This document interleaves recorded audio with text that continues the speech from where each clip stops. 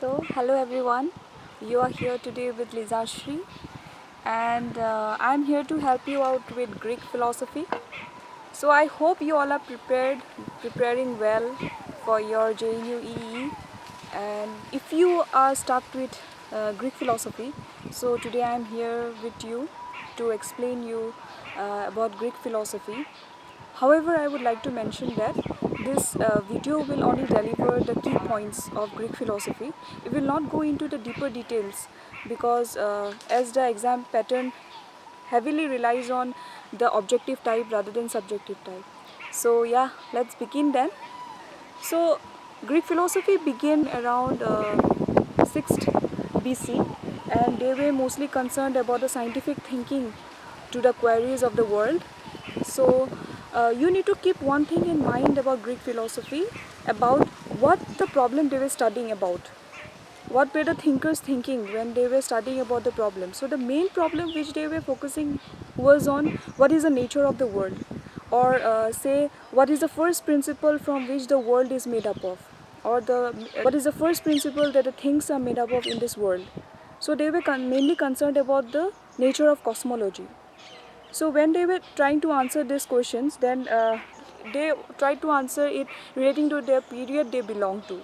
So to get a better understanding on Greek philosophy, let's quickly divide this Greek philosophy into the periods. There are 4 periods in Greek philosophy. First is the pre-Socratic period, then we have the Sophist, and then is the Socratic period, and then we have the post-Socratic period. So in the first, that is the pre-Socratic period, there are 3 schools that are Ionians, then we have the Eleatics, and then is the Atomists. So in attempting to answer the first question, that what is the nature of the world or what the world is made up of, the first school, that is the Ionians, took up this question. Ionian school had 3 thinkers, one Thales, Anaximander, and Anaximenes. So these 3 thinkers belong to the Ionian school. So you might be thinking, why are they called Ionians? So they are called Ionians because they resided in the coast of Asian Minor. So they were called the Ionians for that matter. When they tried to answer this question, Thales took up the answer. So he was famous for his astronomical learning and his practical sagacity and wisdom. He is also included in the accounts of the 7 sages. So his philosophy consisted mainly of 2 propositions. First is that the principle of all things is water, and that all things comes from water, and to all water returns. And the second proposition is that the earth is the flat disk which floats upon water. So from here we can say that for Thales, water is the main principle from which all things comes and goes, and it is from this that the universe is the merely the transformation of water. So, I want to make you all have certain key points in your mind about Thales' philosophy. First is that water is the main stuff from which all things are made. Then he was the one who gave birth to the scientific thinking. He was the first thinker in the Greek period, and he was the first one who predicted the eclipse. He calculated the distance measured pyramid in shadow. He considered magnet as living, really concerned about scientific thinking. Now answering to the same question, next from the Ionian school we have Anaximander. He was believed to be the disciple of Thales. Anaximander agrees that the ultimate principle of the world is some kind of material, but he does not consider it to be water. He rather said that the ultimate principle should be something which is boundless, which is indefinite and absolutely featureless matter. He says that whenever we think of matter, we think always it is related to something. There has to be a ground, then it is a matter. So he says that it should be something that is illimitable, or that should be unquantifiable. So he believed that the main matter from which the world is made up of should not be surrounded into some shape or some size. It should not be surrendered into different kinds of matter. It should be indeterminate in quantity and illimitable in quality. Yeah. So some of the key points that I want to make sure that you keep these things in mind. So the first is that he believed in the boundless matter. For him, matter was boundless, indefinite, infinite, and illimitable. He believed that matter substitutes out to the infinity in space. Then world is governed by the union of opposites. It is through these opposites that a world comes into origin. So man live in the top of the cylinder. He developed a striking theory of origin and evolution. He believed that man at first was a fish living in the water. Only later the marine animals migrated to the land. Then on the third of the row in Ionian school we have Anaximenes. He considered air to be the primary stuff from which the world is made, and he considered air to be the one because of its nature, that is changeability, mobility, etc. He said that because of condensation and rarefaction, there is qualitative difference in the world. Condensation is the compression of air, and rarefaction is the expansion of air.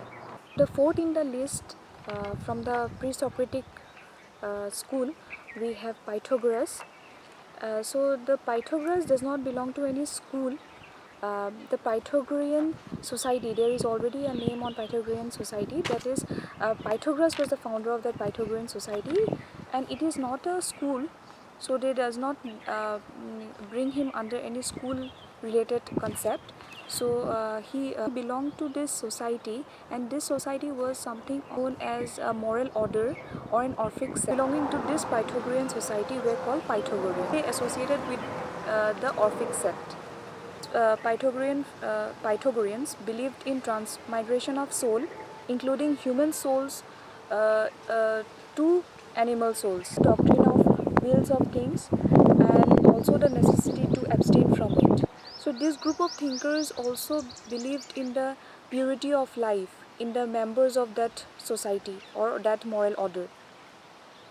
The body they believed was the prison or tomb of soul. They believed that suicide was not an option to get released from the world, because the body is a property of God and not of man himself. Pythagorean society was also known to be a mystical society. They enforced moral self-control. You need to keep in mind that Pythagoras was believed to be the one who discovered the 47th proposition of Elucid. So now going to his philosophy, that what the world is made up of, the main question that were asked by these Greek thinkers.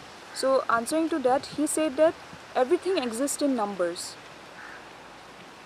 All things are numerable and everything can be counted. He says that it is impossible to consider a world or think about some existence where number does not exist. Pythagoreans, numbers are the main things. Numbers is the main things from which the world is composed of, and it is to which the world returns, and it is a fundamental part of the framework of this world. Pythagoreans stressed on three things.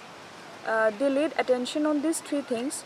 The dominant notes of this universe is proportion, harmony, and order, and these three components are related to the number. So some of the things that you need to keep in mind from Pythagoras' philosophy is that they believed the soul is immortal, there is transmigration of soul, they believed in the births and rebirths.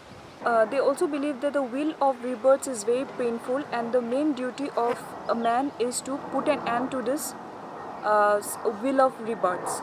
They also believe that through mystic meditation we can get released from this wheel of rebirth. Meditation is not emotional but intellectual. Most important thing for an aesthetic life is to disinterested pursuit of science and contemplation of this ultimate things in the world. Scientific pursuit is the religious duty of man in this world. They believed, this society also believed in the equality of men and women to be having a common life. They stressed upon aestheticism and purity of conduct. Pythagoras said that the earth is revolving round the central fire. He believed that world is composed of opposite and there are 10 dichotomies. 1 point, 2 line, 3 plane, 4 solid, 5 material qualities and 6 maximization. So for today I am signing off with Pythagoras. Today I want you all to just reflect on these two schools. One is the Ionian school and the Pythagorean society, which I am not saying that it is a school. So I want you to reflect on these two, and then if you all have any kind of doubt, then you all can message me in the comment section below. So I'll meet you in the next video then with a new school, with a newer school, that is electric school. So for today, let's wind up then. Thank you for listening.